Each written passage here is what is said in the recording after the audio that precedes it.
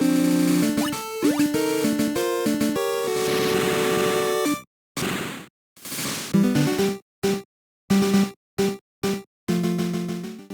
Pokemon game to start it all, Pokemon Red and Blue.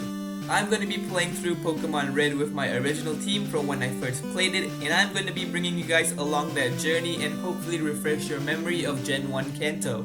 I name myself Random and my rival Blue as we go ahead with the beginning of a Kanto game. Try to run into tall grass but get stopped by Professor Oak. He takes us to his lab where he gives us an option to pick from the Kanto starters. My favorite Pokemon of all time is Charizard. However, Pokemon Red wasn't even close to being my first Kanto experience. I got to use Charizard a lot, so this time I went for Squirtle, who I named Drizzy. It's time for my first battle against Blue. I defeat him with Drizzy after a tail whip and a few tackles. I head to Vermilion to get Oak's parcel and subsequently deliver it. Blue and I then get handed the Pokédex. I bought some Pokeballs and immediately went back to Route 1 to catch a Pidgey, my second team member who I named Pigwidgeon. Now it's time for the optional battle against Blue outside the Pokemon League.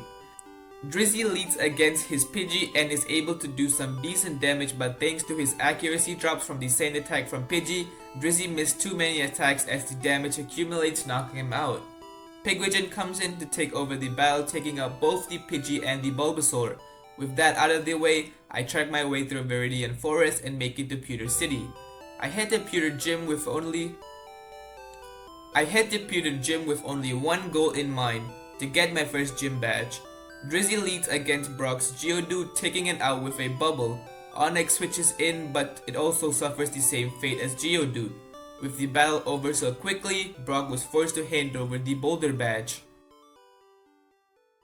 East of Pewter lie a bunch of trainers whose experience helped Drizzy evolve into a Wartortle. I head to Mount Moon where Pigwidgeon evolves into a Pidgeotto as well. Once we made it to Cerulean City, I battled Blue again in front of the Nugget Bridge. It literally went exactly like the previous fight where Drizzy gets too much sand in its eyes to hit the target and goes down to the Pidgeotto. My very own Pidgeotto comes in to beat his Pidgeotto, Abra, Rattata, and Bulbasaur in quick succession. I go through Nugget Bridge, and once I make it to the end, I am prompted by this Team Rocket grunt to join Team Rocket. I would have joined, but he didn't really give me a choice, so I had no choice but to subdue him. My next team member would be found right beyond Nugget Bridge, the mighty Oddish. I caught one and named it Ipswich. I head to Bill's holiday home in Kanto because I'm 90% sure he lives in Goldenrod Johto, and unfuse him from a Pokemon using his machine. He gives us an SSN ticket to show his appreciation. I head back to Cerulean to challenge Misty to a fight. Literally a battle before Misty, Ipswich evolves into a Gloom and reinforces our team. With the extra power, I take on Misty. Leading with her Staryu, she is put in a disadvantage due to my very own lead, Gloom. With a few absorbs, Staryu goes down. Up next, her ace, Starmie. Starmie is able to tank absorb a lot better, so I go for a poison powder. With the combination of absorb healing and poison chip damage, Starmie goes down with no issue. The Cascade badge has been secured.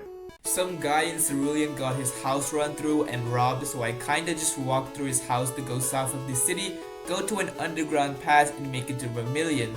This is one of the main things I like about Kanto because these underground routes implies war between Kanto and some other region, most probably Johto, where the underground passes served as a shelter.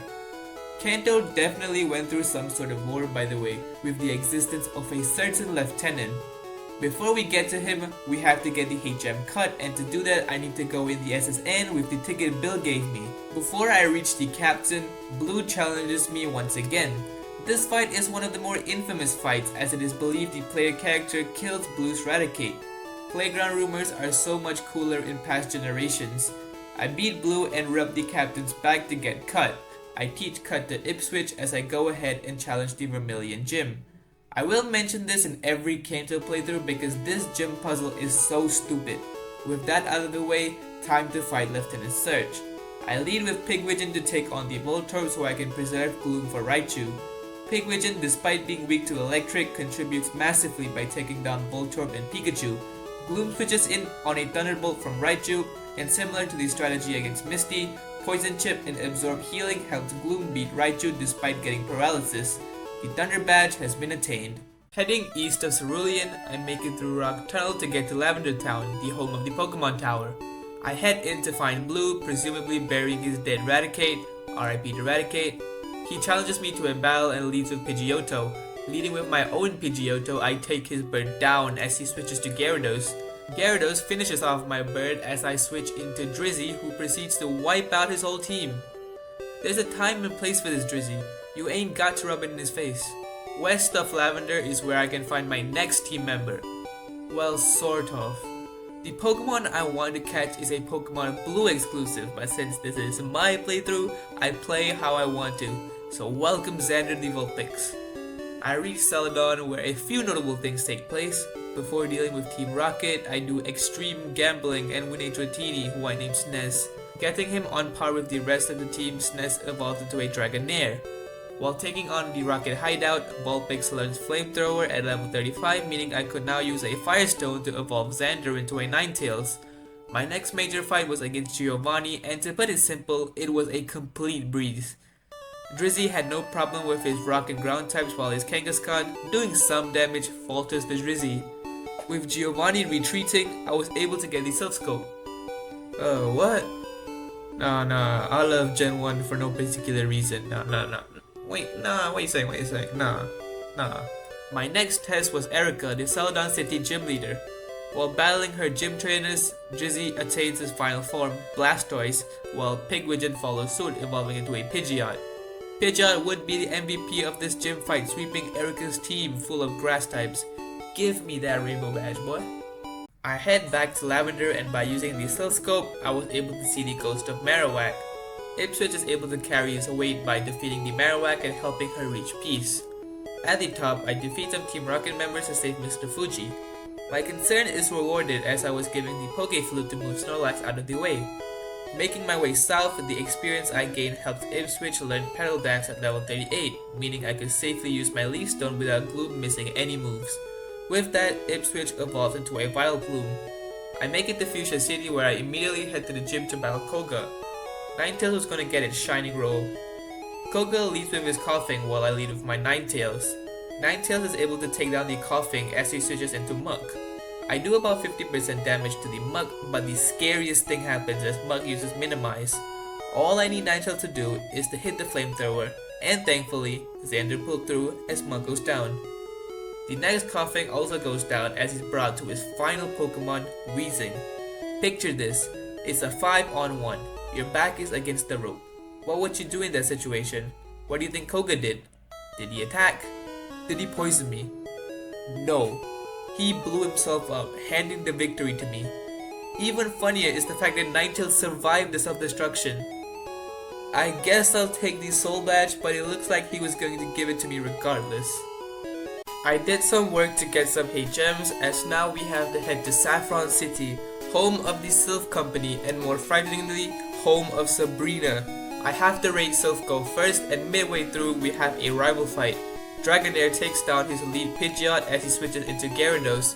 Gyarados deals some heavy damage but inevitably goes down to my very own Pidgeot. He switches into Growlithe as I switch into Blastoise and take not only the Growlithe down but also the following Alakazam. His last Pokemon is his Venusaur, which Ninetales quickly dispatches off. It's time to take down Giovanni, and not to be harsh to Giovanni, I have a Blastoise. You can figure out the rest. The boss of Silph Co thanks me for defeating Giovanni and hands me a Master Ball. Now we have only one thing to do in Saffron, which is to take down Sabrina. Fun fact, you can actually skip all the trainers in her gym if you go directly up or down her teleportation tiles and head straight to Sabrina. Gen 1 Psychic types are especially broken because Ghost doesn't affect Psychic types because of a coding error, Bug types suck, and the Dark type doesn't exist yet. Well, what if I told you Psychic types in this gen do have a weakness? Not to a type, but to a type of attacks. Physical attacks pretty much cripple Psychic types because their physical defense, in this gen just called the defense stat, are easily exploited. I lead with Drizzy the Blastoise, and after a barrage of strengths, I get the Mars badge. And I finally get the ability to fly because I finally remember to do that. Flying back to Pallet Town, I surf all the way south to get to Cinnabar Island.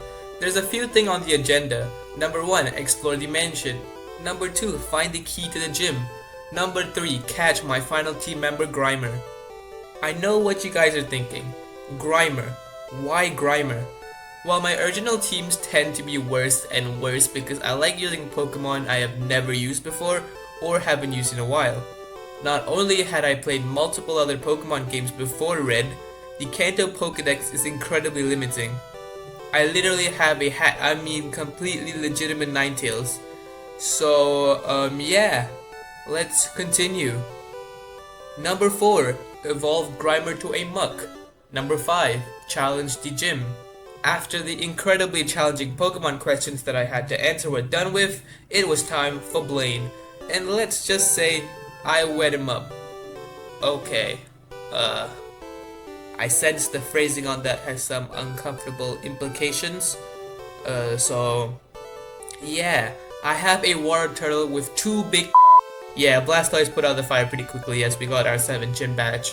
Heading back to Viridian, it was time to fight the Team Rocket boss himself, Giovanni.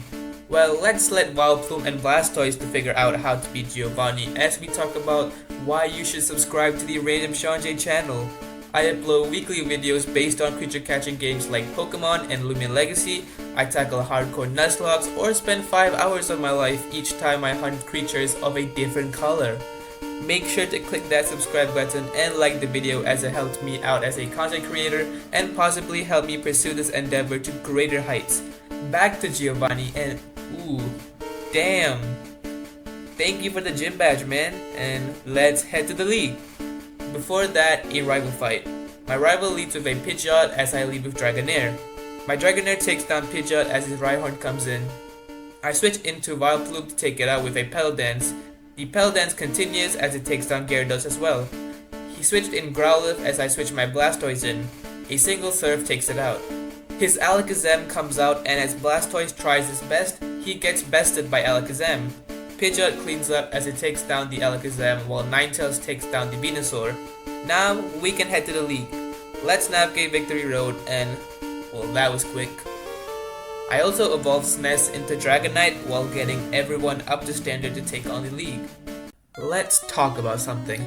Why does a Dragon Flying type Dragonite not learn any Dragon or Flying type moves? That literally makes no sense. I mean, Dragon Rage exists, but come on, it's Dragon Rage.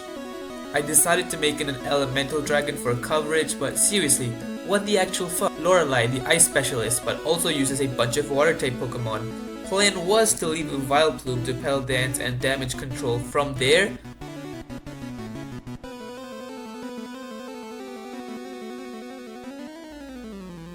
critical hit? Really? Whatever, man. Mug comes in to take out the Dugong, Blastoise takes out the Cloyster, Dragonite takes down Slowbro, and Ninetales finishes up the job by taking down both Jinx and Lapras. Next up was Bruno, and contrary to Lorelei, this was way more routine as Blastoise came and conquered, defeating all of Bruno's Pokemon. Agatha up next, I lead with Blastoise to take out her lead Gengar. Ninetales comes in to defeat her next 3 Pokemon in quick succession as Pidgeot finishes the job beating her final Gengar.